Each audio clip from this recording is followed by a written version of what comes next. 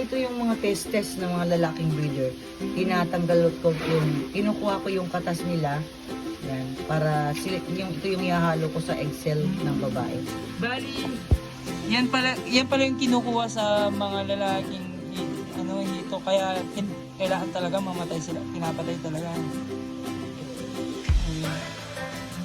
Pero hindi nga lang pagpapalong pakita yung Pagpatay ng hito, ayan. Kaya ganyan. Proseso.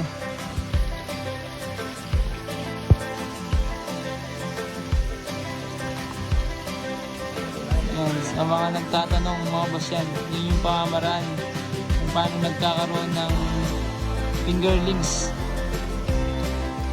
Hindi siya natural breeding talaga. Kaya sa mga gustong pumasok ng hito farming, ayan, pwede kayo mag-message para dito na lang kayo pumili mga boss ng mga aalagaan yung mga hito. Dito makakasigurado kayo dahil makikita nyo talagang lumalangoy-langoy yung mga fingerlings dito sa mga pan.